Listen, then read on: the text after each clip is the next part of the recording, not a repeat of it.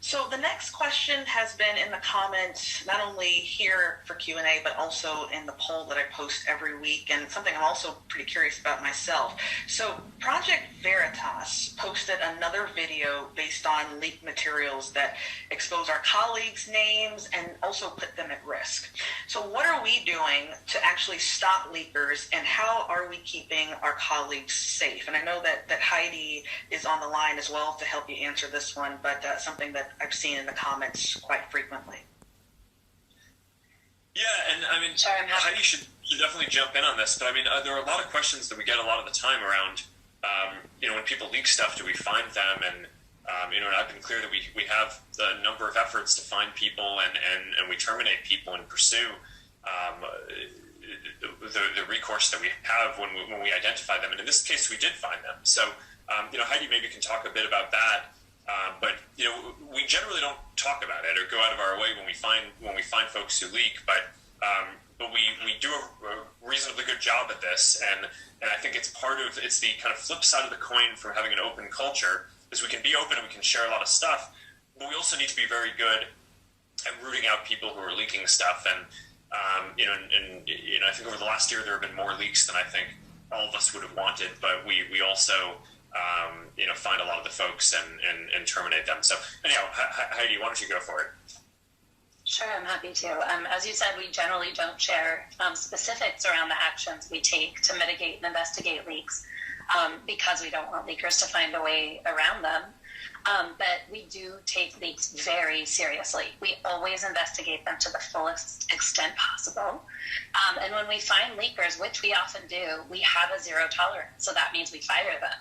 And we also consider other things, other actions, such as legal action. For those of you who don't know the context around this question, Project Veritas released a video last week alleging that they had uncovered a new effort to censor vaccine concerns globally. It was based on leaked documents about a health integrity program that we have in place that combats vaccine hesitancy by taking a hard stance against vaccine misinformation.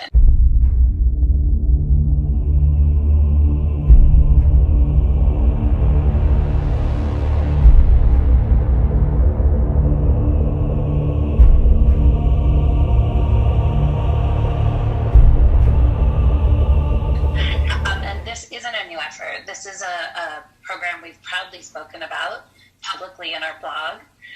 So in this case, while we don't like our internal documents leaked and being shared externally, this isn't where the damage was done with this latest Project Veritas.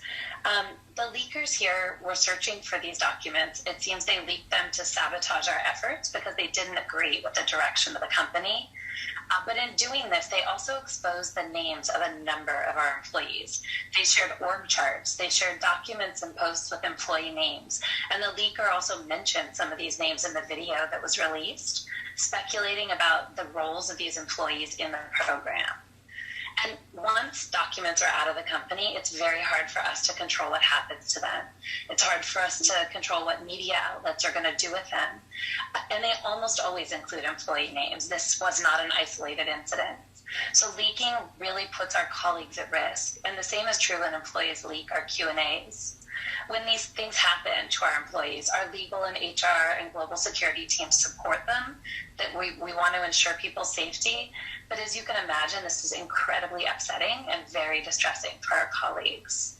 I am happy to confirm what Mark said. In this case, we did find the leaker. It was a data center technician in our Prineville data center, and he was fired last week.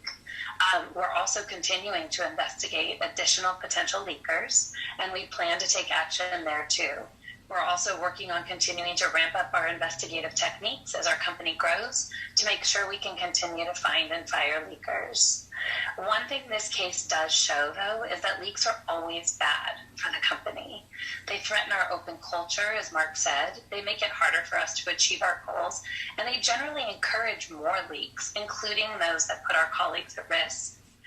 I know some people here feel that there are good leaks and there are bad leaks, but they're all damaging and they're not the right way to bring about change, especially at a company like this where people are free to share their opinion and to raise questions to Mark here at Q&As.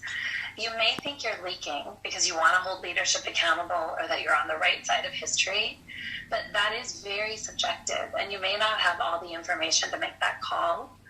And the people who leaked our coworkers' names last week, they thought they were doing the right thing too.